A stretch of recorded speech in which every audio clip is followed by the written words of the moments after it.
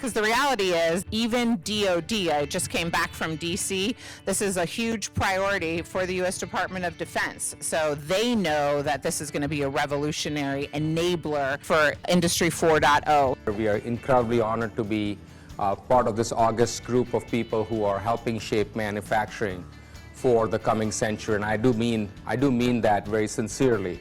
So that's why we're here to talk about 5G, is because we have the products and also the capability and the knowledge to make it work. No one company is going to solve this, not the networking companies, not the cloud companies, all of us working together. And what digital manufacturing is, it's really good hardware coupled with software together to solve a problem. So 5G, with the promise of it, will just be another, basically a hardware layer, right, that's going to allow us to connect our networks. The thing that it really promises us is the ability to support our customers. We're pretty excited about the possibility of really driving flexibility and, a completely wireless IoT environment.